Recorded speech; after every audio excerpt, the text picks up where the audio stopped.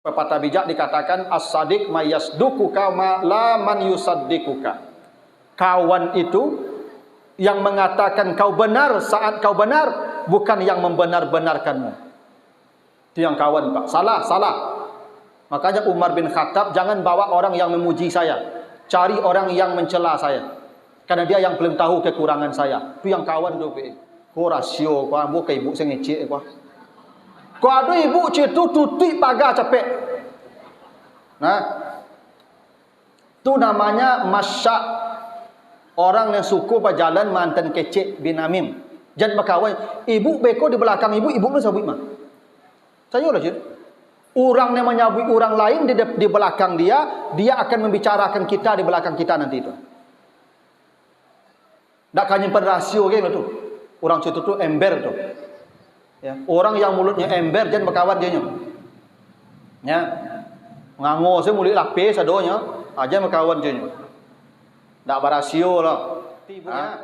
Kalau orang datang ke rumah ibu pengen menyabui orang, besok je buka je pagar le. Tutup le, senampaknya ibu antuk-antuk sedalam le.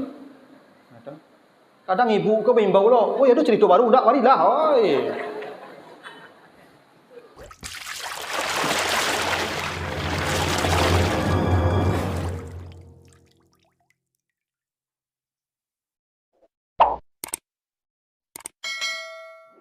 Quran turun itu sepakat ya para ulama di bulan Ramadan.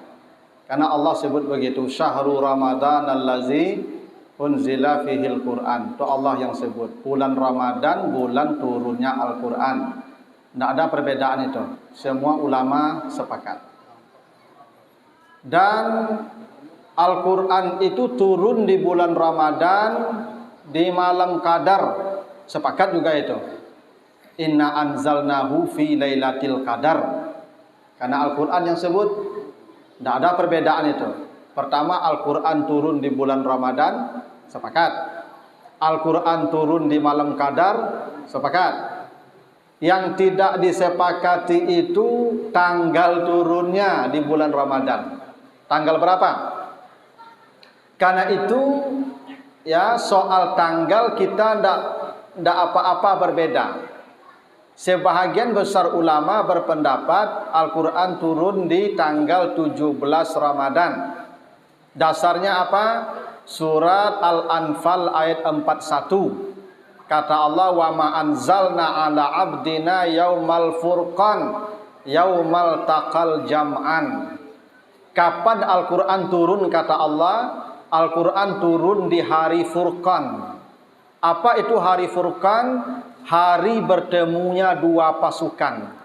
Maksudnya perang Badar.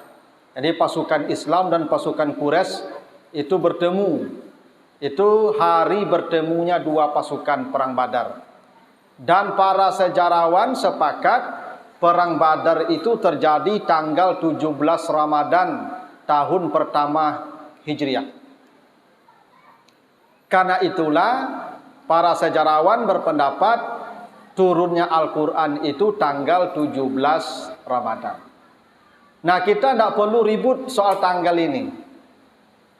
Ya, ada hal yang menarik dan disepakati ulama juga, bahwa wahyu yang pertama kali turun adalah surat Al-Alaq. Ya, Iqra bismi rabbikal ladzi khalaq, khalaqal insana min alaq, dan seterusnya. Itu juga disepakati para ulama sebagai wahyu yang pertama kali Allah turunkan kepada Nabi Muhammad saat di Gua Hira. Ada hal yang menarik dari surat Al-Alaq nih Bapak dan Ibu. Surat Al-Alaq jumlah ayatnya ada 19 ayat. Cobalah hitung itu. Ada 19 ayat. Surat Al-Alaq diletakkan di surat di juz amma, juz terakhir, juz 30. Juz 30 itu surat pertamanya An-Naba, amma yatasaalun anin naba'il azim. Surat penutupnya An-Nas, qul a'udzu birabbin nas. Kalau Bapak Ibu hitung dari awal juz 30 itu, An-Naba, An-Nazi'at, Abasa dan seterusnya, hitung ke bawah, maka surat Al-Alaq nomor urut 19. Hitunglah. Dihitung dari An-Naba per surat, Al-Alaq itu nomor urut 19. Kalau dihitung dari bawah, An-Nas naik ke atas, Al-Falaq, Al-Ikhlas, terus ke atas, pas Al-Alaq juga urut 19. Masya Allah, Ibu ya, Al-Quran. Jumlah ayatnya 19. Nomor urut dari atas 19, nomor urut dari bawah 19.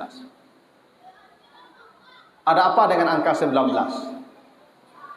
Surat Al-Alaq itu, salah satu poin pentingnya di penutup ayat itu, kalau dibaca di ayat 18-19-nya, Allah membicarakan tentang malaikat penjaga neraka namanya Zabaniyah. Kalla sanada'uz Zabaniyah. Jadi malaikat penjaga neraka itu disebutkan di surat Al-Alaq. Jadi surat Al-Alaq itu salah satu poin pentingnya tentang malaikat penjaga neraka. Oh, malaikat penjaga neraka ini tidak bisa dibayangkan, Pak. Nanti baca di surat At-Tahrim ayat yang ke-6. Alaiha malaikatun ghilazun syidad. Malaikat Zabaniyah itu, Ibu, kasarnya Masya Allah. Jadi malaikat Zabaniyah ini, Ibu, gambarannya. Kalau Bapak baca nanti surat Al-Muluk ayat yang ke-10. Kullama ulqiya fiha faujun.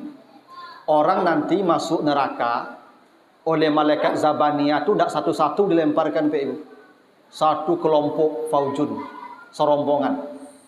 Itu kenapa di surah Az-Zumar kata Allah, wasiqal ladzina kafaru ila jahannama zumara. Nanti orang-orang kafir akan dilemparkan ke neraka itu berkeloter-keloter, rombongan-rombongan. Kata Nabi, satu rombongan yang masuk neraka dilempar Pak Ibu, itu minimal 4.000. Ya, hampir 1.000. Itu satu stadion tuh. Ya. Bapak Ibu jangan bayangkan orang kalau masuk neraka nanti badannya sebesar-besar kita. Enggak.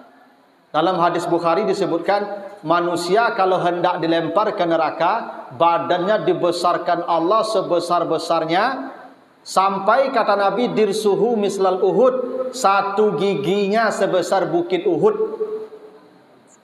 Coba kadang kapan lo itu? Giginya satu sebesar bukit Uhud.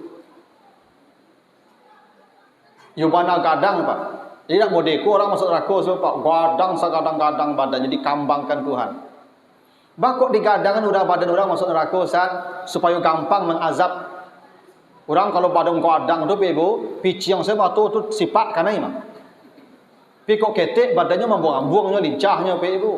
Payah mencari mengajarnya mereka. Nama kok digadangkan badan segadang-gadangnya. Yang segadang-gadang itu hampir 1.000 segadang malaikat itu dilempar. Jadi malaikat itu tidak ada kasihan, tidak ada sayangnya, tidak ada ibanya Zabaniyah itu men rampuk, men lempar, men sipak, men pijak. Itu disebut syidat. Cik kecik, cik sipak, cik lapak. Tak pernah senyum. Malaikat Zabaniyah itu tak ada senyumnya loh, Ibu. Bantu buruk. Kata Nabi, tak perlu masuk neraka. Cukup melihat wajah malaikat Zabaniyah saja sudah jadi azab. Yo bana buruk bantunya, Ibu. Cari dari so. Ya. Tak percaya, Ibu, buruk. Kalau penjaga neraka kau gagah-gagah, rancak-rancak, tak seram neraka kau loh, Ibu. Nyo penjaga kau yo bengis. Namanya azab. Mencari inyo sana terseso, apalagi masuk. Itu. Tak ada senyumnya, tak ada ramahnya, tak ada. Melapak, mensipak, mempijak, menampuk. Aduh. Itu Zabaniyah itu begitu. Memang diciptakan untuk itu. Makhluk Allah yang paling buruk itu Zabaniyah itu lah tuh. Ala buruk pakak loh. Jadi malaikat Zabaniyah aku pakak apa itu? Nanti penduduk neraka itu minta minum, minta makan tuh. Minta minum, minta makan mereka tu. Nanti baca di surat Al-A'raf 50 itu. Mereka minta makan, minta minum. Malaikat, ambo awi, ambo lapar, tolong ambo minum, tolong makan. Apa kata Allah? Kata Nabi, la yujibunahum illa ba'da arba'ina sana. Ampe puluh tahun baru nyejawe. Awi yang lampe puluh tahun, Pak. Tak padih doang. Awak minta minum, malaikat tolong ambo agi minum. Lampe puluh tahun lu sudah tu. Minta minum ada deh je. Perlu terdengarnya. Itu Zabaniyah apa ibu ya? Ala bantu buruk, kasa, pakak. Tak ada senyum. Itu yang disebut Allah di surah Al-Alaq itu tuh. Malaikat Zabaniyah. Dan hebatnya lagi Bapak dan Ibu, ternyata penjaga neraka malaikat Zabaniyah itu jumlahnya disebutkan di surah Al-Mudassir ayat 30. Apa kata Allah? Alaiha tis'ata asyar. Neraka itu setiap pintunya dijaga oleh 19 malaikat. Itu Al-Quran sebutnya. Al-Mudassir 30. Surat Al-Alaq jumlah ayatnya 19. Dari awal juz nomor urut 19. Dari akhir juz nomor urut 19. Yang dibicarakannya malaikat Zabaniyah yang kasar lagi bengis. Jumlahnya juga 19. Apa maknanya? Apa pesan ayat ini? Surat Al-Alaq ini. Bapak Ibu kalau ingin selamat dari malaikat yang kasar tadi, selamat dari api neraka, ikuti tuntunan surat Al-Alaq. Selamat. Itu kenapa di penutup Al-Alaq diingatkan malaikat penjaga neraka, di awalnya ada perintah Allah, kalau kamu ingin selamat dari yang ini, ikuti perintah awal surat Al-Alaq. Minimal Bapak Ibu ada 2 perintah pokok surat Al-Alaq. 2. Pertama kata Allah, Iqra bismi rabbikal ladzi khalaq. Yang kedua, khalaqal insana min 'alaq. Itu 2 poin penting. Pertama, Allah ingin perintahkan kita, kalau kau ingin selamat dari malaikat Zabaniyah, tak masuk neraka, baca. Iqra. Belajar. Jadi belajar ini Bapak Ibu, cara selamat dari neraka. Pasti. Makanya Bapak Ibu kalau baca nanti ya di surat Al-Isra ayat 72. Wa man kana fi hazihi a'ma fahuwa fil akhirati a'ma. Siapa yang di dunia buta, buta huruf, bodoh, di akhirat bodoh juga. Kata Allah begitu. Yang buta di dunia, buta juga di akhirat. Maksud buta di sana bukan buta matanya, bodoh. Orang yang bodoh di dunia, di akhirat bodoh juga. Jadi kalau yang profesor di dunia, nanti profesor juga sana. Gitu Pak. Itu kenapa kata Allah di surah Al-Mujadilah, yarfa'in lahul lazina amanu minkum wal lazina utul ilma darajat. Orang yang beriman plus dia berilmu, itu surganya paling tinggi. Ya, orang beriman dan berilmu surganya paling tinggi, derajat surganya paling tinggi. Allah sebut begitu. Itu rahasianya di surat Al-Isra ayat 72, yauma yud'a kullu unasin bi imamihim. Semua orang dipanggil masuk surga dengan imamnya. Kenapa orang masuk surga dengan imamnya?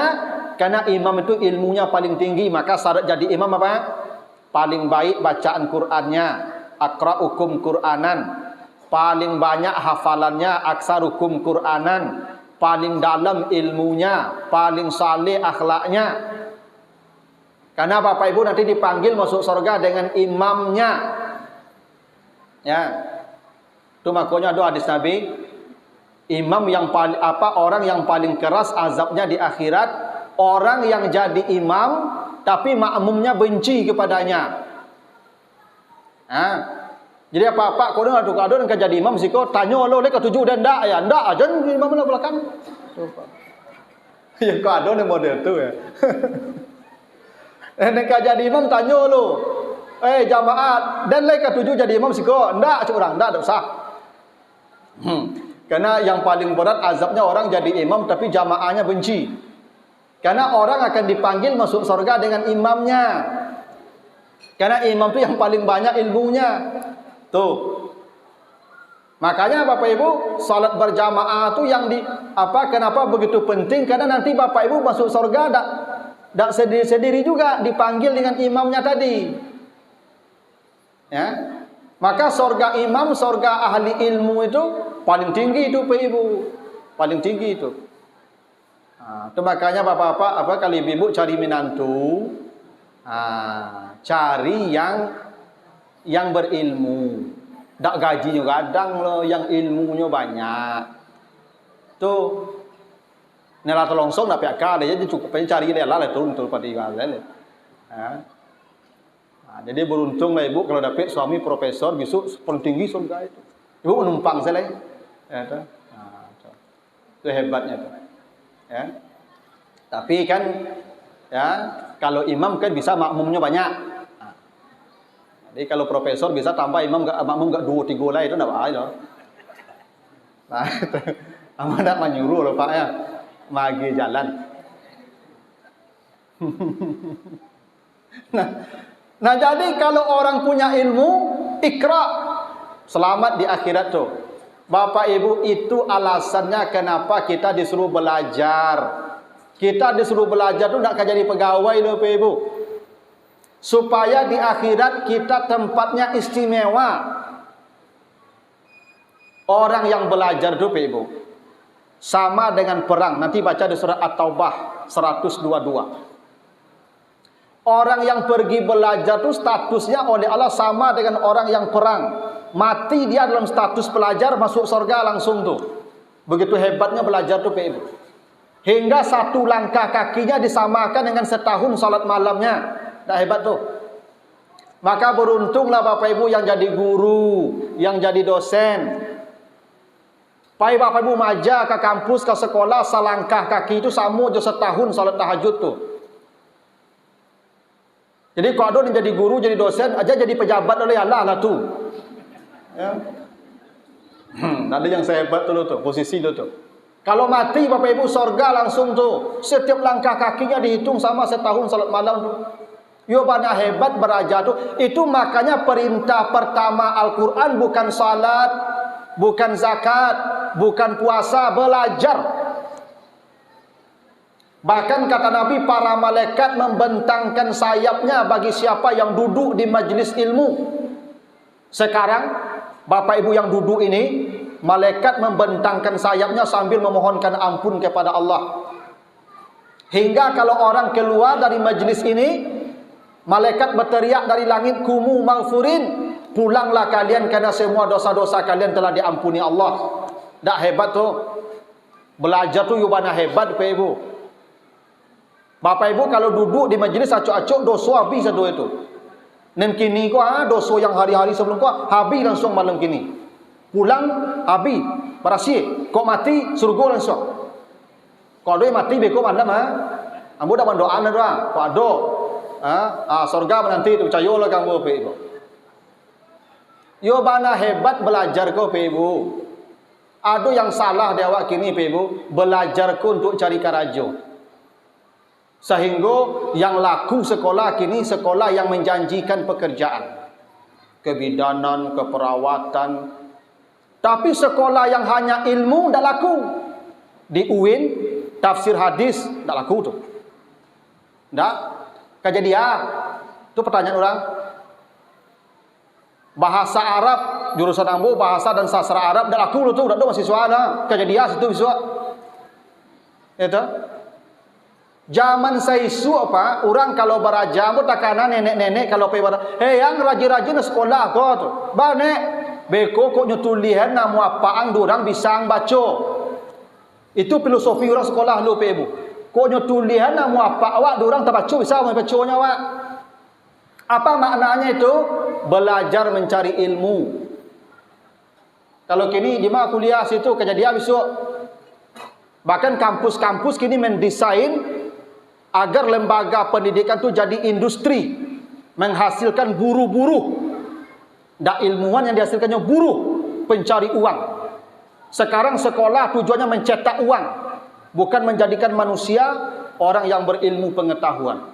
Sehingga anak-anak pun kuliah orientasinya ijazah supaya cari kerja, bukan ilmu. Ini yang salah di umat Islam kini, Pak Ibu.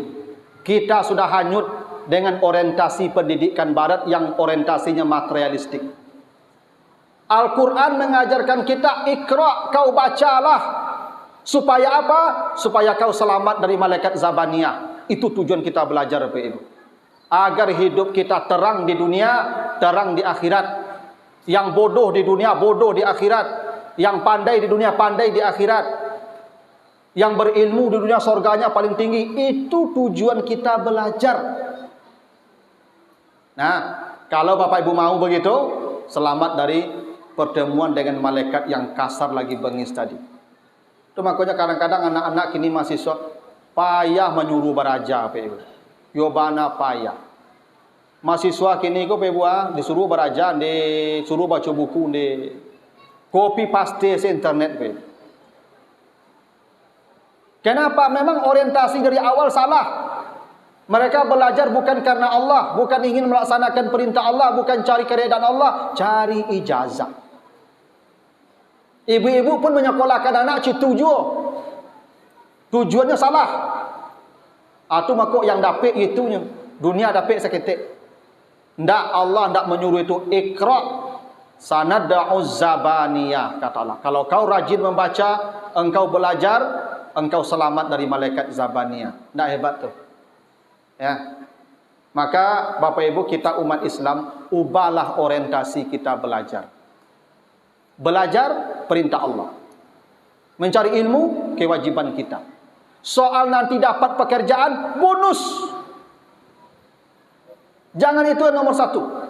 Kita ingin dapat pahala yang besar dari Allah. Itu tujuan kita. Itu makanya Pak Ibu, kalau kini kok miris dengan pendidikan kini kok Pak Ibu. Semua digiring apalagi kebijakan pemerintah memang memaksa lembaga pendidikan itu menghasilkan manusia pekerja, tidak menghasilkan manusia yang berilmu dan berakhlak. Manusia pekerja, dan kita dipaksa untuk itu, tidak ada pilihan. Maka berdoalah Bapak Ibu, mudah-mudahan ya suatu hari negara kita dipimpin oleh orang yang paham dengan Al-Quran. Mudah-mudahan Nambo jadi presiden walaupun tidak mungkin. Itu pertama, Ibu ya, Iqra. Jadi perintah Al-Quran yang pertama itu Iqra, tidak salat lah, baca. Tapi ada yang memahami Iqra itu bukan membaca saja. Iqra bismi rabbika. Membaca nama Allah, baca Bismillahirrahmanirrahim. Itu kenapa Al-Fatihah, Al-Quran dibuka dengan Al-Fatihah, dan Al-Fatihah itu ayat satunya Bismillahirrahmanirrahim. Dan Bismillahirrahmanirrahim itu menarik juga Bapak Ibu. Tadi kan Al-Alaq ayatnya 19. Yang dibicarakan malaikat Zabaniyah yang jumlahnya 19. Bismillahirrahmanirrahim itu hurufnya juga 19. Hitunglah itu. Bismi itu 3. Allah itu 4. Ya. Ar-Rahman itu ada 7. Ar-Rahim itu ada 5. 19 semua. Hitunglah Bapak Ibu. Kalau Bapak Ibu ingin selamat dari malaikat Zabaniyah itu, bacalah bismillah setiap mulai aktivitas. Karena orang kalau baca bismillah setiap mulai bekerja, tidak mungkin maksiat dilakukannya. Tidak mungkin tuh. Bapak Ibu kalau berang, kamanin jurang, bacalah bismillah tuh. Bismillahirrahmanirrahim. Tak jadi itu, berhenti itu. Kalau ada orang mau merampok, baca bismillah, berhenti itu. Kalau orang baca bismillah, tidak mungkin berbuat maksiat Bapak Ibu. Itu kenapa kalau baca Bismillahirrahmanirrahim tidak akan ketemu malaikat Zabaniyah. Itu pesan yang pertama, Iqra. Pesan yang kedua lebih hebat lagi. Allah ingatkan kita dengan asal kejadian kita. Khalaqal insana min alaq. Ingat, engkau diciptakan dari alaq. Alaq itu artinya sesuatu yang tergantung. Ain, lam, kaf. Cari, buka kamus. Sesuatu yang menempel. Yang menempel ini bahasa Arabnya alaq. Apa maknanya alaq? Allah ingin perintahkan kau cari kawan. Jadi perintah wahyu pertama tu mencari kawan, alaq. Alaq tu sesuatu yang sifatnya tergantung. Manusia ini sejak awal kejadiannya sampai meninggal dunia adalah makhluk yang memiliki ketergantungan dengan orang lain. Bapak Ibu, tidak ada satupun pekerjaan yang bisa kita lakukan kecuali dibantu orang. Ya enggak? Lahir. Siapa yang lahir lepas lahir langsung pandai mandi surang? Tak ada, Pak. Dimandikan orang. Besar kita semua dibantu orang. Bapak Ibu makan, coba hitung berapa ribu orang yang menolong kita makan. Coba kerajon surang, bajak sawah surang, tanam surang, basiang padi surang, ngasak panen surang, abe eler surang, be periuk surang, be kompor surang, alun sempat makan lah mati begitu tu. Lama urusan tu. Panjang kerja tu mah. Kini wak tinggal makan saya 5 minitnya, pai balik nasi ke bakal sambal, lah makan. Dah Bapak Ibu pikirkan berapa ribu orang yang menolong wak tu. Nah, tidak ada satupun pekerjaan yang bisa kita lakukan kecuali dibantu orang. Ambo bisa ceramah kini kok pebuang, ya ndak? Lalu kece orang hebat Ustaz wak ndak? Bak kok hebat ambo? Dia ada orang duduk mendengar. Kok kosong masjid kok apa ceramah mo de kau kabeh mo durang kau mah. Kayu logonya. Menengayu orang kau aja. Jadi ambo hebat kok ndak ada orang mendengar. Ndak. Kalau ndak ada orang gilo apa? Jadi orang gilo orang hebat kok beda TV ada orang ndak ada orang. Kalau ada orang tu sehat, ndak ada orang tu ndak sehat tu. Ndak. Ndak perlu orang ke ya? Jangankan untuk model kadang-kadang pe ibu. Galak saya perlu orang. Jangan galak-galak pe ibu ndak ada orang. Ndak sehat galak ndak orang dulu tu. Nyuma kok galak kok sehat banyak orang sehat waktu mah. Kata? Ndak. Itu buktinya manusia dari alaq. Manusia tu memiliki sifat ketergantungan kepada orang lain. Tidak ada manusia yang bisa hidup sendiri. Tidak ada. Karena Allah sudah katakan khalaqal insana min alaq. Itu kenapa manusia disebut ins. Wa ma khalaqtul jinna wal in. Coba Bapak Ibu kamus buka nanti cari kata anasa. Dari kata itu asalnya itu. Apa arti ins? Lembut. Kenapa manusia disebut ins? Karena manusia makhluk yang lembut. Kenapa manusia lembut? Karena orang lembut karena butuh orang. Kenapa orang lembut? Karena butuh orang. Pasti semakin dia merasa butuh kepada orang, dia semakin lembut itu. Bapak pai kabang di depan pintu tu, selamat pagi Pak, apa yang bisa kami bantu? Kok bisa nyangkik ke dalam tu? Ba kok balik tu nyokawak, nyok perlu jawab. Cula kok tak perlu? Tak do lembut tu. Tu mak ibu-ibu kalau do kasar pak ke ibu, sadang tak perlu tu.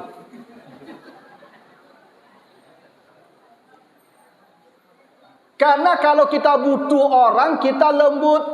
Pasti itu. Itu kenapa manusia disebut ins. Jadi manusia itu butuh orang. Maka disebut ins. Lembut. Karena itulah perintah Al-Quran yang pertama kali. Engkau ingat diciptakan dari alaq, maka bikin apa? Bangunlah relasi. Ciptakan hubungan baik dengan sesama. Itu perintah Al-Quran. Tak salah lah. Membangun hubungan baik dengan sesama. Mencari kawan. Kawan kok penting Bapak Ibu. Ini kan konteksnya konteks malaikat Zabaniyah tadi. Bapak Ibu baca hadis Bukhari Muslim. Kata Nabi, sab'atun yuzilluhumullah fi zillihi yauma la zilla illa zilluh. Besok di padang mahsyar saat manusia berdiri 50.000 tahun. Oh, tak sebentar Pak. 50.000 tahun berdiri itu. Ya. Dalam suasana yang panas dan mencekam. Yang kata Nabi, tudana syamsu ilal abdi kadramil. Yang matahari didekatkan ke kepala manusia seukuran tongkat celak mata segini. Yang panas, haus tak bisa dibayangkan. Nanti baca tafsiran surat Az-Zumar ayat surat Maryam 85 86. Wa nasukul mujrimina ila jahannama wirda. Manusia di padang mahsyar haus, yang saking hausan lehernya putus. Allah sebut begitu. Tak percaya, lihat besok. Tapi kata Nabi, ada 7 manusia yang diamankan. Tak merasakan panas, tak merasakan haus, tak merasakan susah padang mahsyar. Siapa di antara yang 7 itu? Kata Nabi, warajulani tahabba fillah. 2 orang yang berkasihan, yang saling mencintai, yang berkawan karena Allah. Dah hebat orang berkawan kau Pak. 2 orang yang berkawan karena Allah. Mulai dia berkawan sampai mati, tak pernah rusak pertemanannya. Dia jaga perkawanannya sampai mati. Kalau ada orang model itu Pak, aman sampai hari kiamat. Karena tak banyak orang yang berkawan kok karena Allah. Banyak orang berkawan karena kepentingan. Ada ibu-ibu akrab, ditanya dek kawan, ibu dakik je ibu tu ya, akrab mana nampak dia mau. Ba kau dakik ibu je ibu tu tu. Oh, wak kok berkawan jenyo kanyang awak. Asa bosoboknya traktir. Balen jilbabnya balen baju dah bu sanang kalau berkawan jenyo. Yang tu tak. Ya. Kalau jadi gubernur mau niang. Masuk penjara tak sapoleh. Ya tak? Tak dah. Baik bu kau berkawan je ibu sianu. Di ada kok berkawan je nyo ngengeen semayang berjamaah, nyo ajak majlis taklim, nyo ajak zikir, ambo yo bana takana Tuhan saya kalau berkawan je nyo. Tu mantap tu. Kalau citu kawan ayo tu. Itu yang diamankan sampai hari kiamat tu. Ketika orang payah di padang mahsyar. Itu janji Nabi begitu tu. 2 orang yang bersahabat karena Allah. Dan itulah perintah Al-Quran yang pertama, cari kawan yang menyelamatkanmu. Bapak Ibu kalau baca surat Az-Zukhruf, ya, tadi kalau dibaca surat Az-Zukhruf ayat 67 kata Allah, al-akhillau yauma izin ba'duhum li ba'din aduwwun illal muttaqin. Besok di padang mahsyar di akhirat semua kawan berubah jadi lawan. Semua kawan menjadi lawan, jangankan kawan, istri pun jadi lawan. Anak pun jadi lawan. Makanya orang lari nampak istri nanti. Yauma yafirul mar'u min akhi wa ummihi wa abi wa sahibatihi wa bani. Besok di akhirat suami nampak istri lari tunggang langgang. Ayah nampak anak lari tunggang langgang. Karena mereka akan jadi musuh di hari itu. Payah padang mahsyar tu Ibu. Jangankan teman, keluarga saja bisa jadi musuh di padang mahsyar tu. Kawan-kawan pun jadi musuh. Illal muttaqin. Kecuali kalau kau punya kawan orang takwa, dia akan menolongmu nanti di akhirat. Allah yang sebut begitu. Maka perlu berkawan jurang takwa. Buk kawan ko pengaruh gadang. Berkawan jo ustaz minimal pandai azan, kau nak ceramah pandai. Berkawan jo tukang parfum minimal kan yang wanginya. Berkawan jo tukang apa minimal kan yang sok. Bakawan tukang mendomino minimal tukang etong. Enak. Bakawan jurang pelalu minimal takut je bantah. Kawan ko kadang pengaruh apa Ibu? Semana kadang pengaruh itu. Itu kenapa nanti Bapak Ibu baca surah Al-Furqan ayat 28. Apa yang disesali manusia ketika masuk neraka? Ya laitani lam attakhiz fulanan khalila. Ya Allah, andai saya tidak berkawan dengan si anu, saya tidak akan masuk neraka. Coba, hebatnya kawan ni Pak. Andai saya tidak berkawan dengan si anu, saya tidak akan masuk neraka. Ya. Kalau di kawanku aduh nanti Pak. Ya kan? Sanju lah tiba di meja domino. Batigo telepon, "Oi, kurang cia, marilah." Aku. Kecik dan diimbau dulu kecik. Kecik apa nak mimbau? Ini suruh dia mimbau dulu. Tangkap tu percaya lagi nak. Tidak. Yang disesali manusia di akhirat bakawan salah. Karena itu Bapak Ibu dalam Al-Quran, coba baca nanti surah Al-Qalam. Surah Al-Qalam ayat 8 sampai ayat 12, Allah mengajarkan tentang cara memilih kawan. Ini penting nih. Bapak Ibu hati-hati pilih kawan ya. Ini Al-Quran kasih tuntunan nih. Siapa yang boleh jadi kawan, siapa yang tak boleh jadi kawan. Mari kita lihat. 1. Wala tuti'il mukazzibin. Kata Allah, jangan berkawan dengan pembohong. Orang yang suka berbohong jangan. Pindah bohongnya kawan. Minimal awak menutupi bohongnya. Biasanya istri yang berbohong kena suami pembohong. Nyo di rumah kecik apa? Kau tiba orang mencari bego kecik mu dak rumah ya. Alah berutu istri, apaknya berutu istri berutu ikut. Endak. Gadang pengaruh kawan kau Pak. Kalau kawan orang penduto, wak penduto kau. Biasanya Pak, kalau penduto yang di atas di bawah-bawah penduto tu. Kalau presiden penduto, menterinya penduto ikut tu. Cuba ada percaya sedikit dan saya Bapak. Hah? Kalau menteri penduto, dirjen penduto ikut tu. Nya saling menutupi bohong itu, Mak. Maka kata Allah, wala tuti', jangan jadi pengikut, jadi follower. Kalau ada kawan kau suka penduto, unfollow. Berhenti. Yang kawan kan. Nah, kawan pembohong tu mencelakakan kita. Allah larang tu, jangan berkawan dengan pembohong. Yang kedua, wadu lau tudhinu fayudhinun. Jangan berkawan dengan penjilat dan suku berminyak-minyak. Lah jadi salah karena jawab mantap Pak. Salah mantap ke ceknya. Jangan berkawan jurang cutu, hati-hati tu. Itu kawan penjilat tu mencelakakan kita tu. Ya.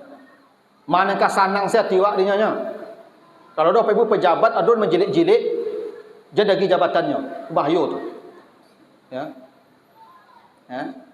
Orang penjilat itu yang mencelakakan kita. Makanya dalam sebuah pepatah bijak dikatakan as-sadiq mayasdukuka ma la man yusaddiquka. Kawan itu yang mengatakan kau benar saat kau benar, bukan yang membenar-benarkanmu. Itu yang kawan Pak. Salah. Makanya Umar bin Khattab jangan bawa orang yang memuji saya. Cari orang yang mencela saya. Karena dia yang belum tahu kekurangan saya. Itu yang kawan tu Pak. Ada? Jangan berkawan dengan penjilat. Yang ketiga, wala tuti' kulla halafin mahin. Jangan berkawan dengan orang yang suka bersumpah. Orang suka bersumpah, aku orang tak jujur. Kalau ada orang tiap mengecek demi Allah, sungguh ayo mana aku tu tak. Tu pasti orang tu tak jujur. Orang suka bersumpah tu pembohong tu Pak. Jadi kalau ada orang setiap bersumpah, pasti dia tanda dia tak jujur. Nabi Muhammad tu tak pernah bersumpah, karena semua ucapannya benar. Orang percaya, tak perlu disumpah. Sumpah tu penegas terakhir tu. Kalau ada orang tak percaya, sumpah. Makanya orang suka bersumpah tu orang yang tak jujur. Jangan berkawan dengan itu.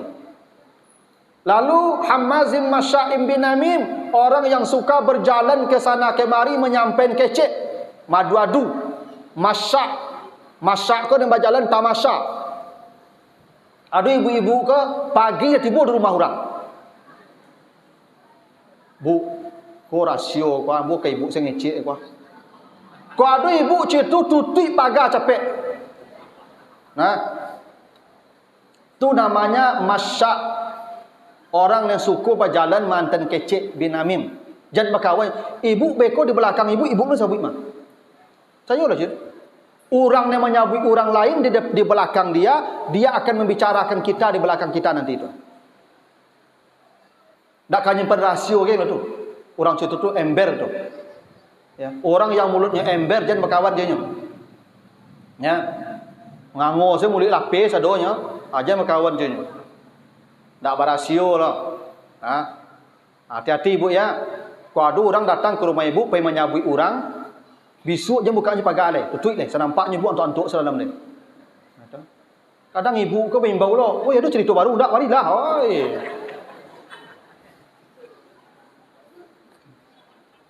Nah, jangan berkawan dengan orang yang suka ya mengantarkan bicara orang sana mari. Dulu orang mengantarkan omongan ke rumah, sekarang mengantarkan omongan lewat medsos. Kalau ada orang menyebarkan berita-berita yang mengadu domba di medsos, langsung blok orang tu. Jangan berkawan jenyo. Yang modelnya bisa beda apa ibu. Kalau dulu kalau berjalan-jalan dia datang ke rumah orang. Kalau kini ndak ada duduk di rumah tapi nyo madu-adu orang padok di siku. Maka perintah Allah jangan berkawan jenyo. Tu celaka awak berkawan orang situ. Ya, jadi ibu jangan di-share berita tu ndak jaleh tu. Kalau ada sebuah informasi, cek siapa pemberi informasinya. Ndak di-share langsung lah. Ibu yang men-share tu Muhammad Masya bin Amim nama itu. Menyebarkan berita-berita buruk yang tak pasti. Termasuk kalau ada pengajian-pengajian, pendapat-pendapat, cek siapa yang berpendapat. Apa kapasitas ilmu orang itu. Tak di-share langsung lah. Jangan sasik beko. Ya. Ini kan pengaruh media aku luar biasa ambil orang sasik bagamu apa itu. Nah, namanya Hammaz Masya bin Amim. Berikutnya mana lil khairi mu'tadin asib. Jangan berkawan jurang dan menghalangi anda berbuat baik. Aduh kawan kau pegu, awak kau berbuat baik, dak nyo motivasi lo, nyo rontokkan. Awak kapai semayang kan, lazan orang masjid wadai, beko lah santai lah, yang kok setang lo. Ada tu, aja berkawan je leh.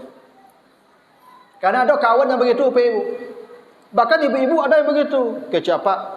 Bu, pergi umrah awak lah. Kau ada peti cah, sekian puang. Lah cukup tu umrah mah. Okey cibu. Suk salahnya, banyak peti perlu gini kan. Tu manak lil khair nama itu. Tapi kalau isi tapi akal dapat pada dia selesai jangan ditinggal lo. Jangan di unfollow lo. Dididik saja baik-baik. Ya.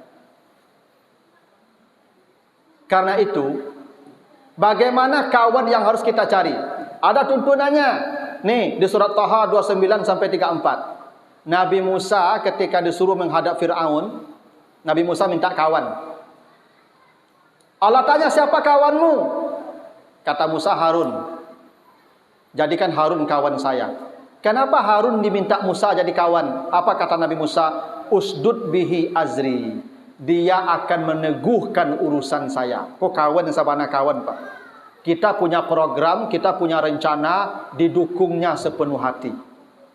Wa asyrik bihi fi amri, dia pun ikut serta dalam urusan saya.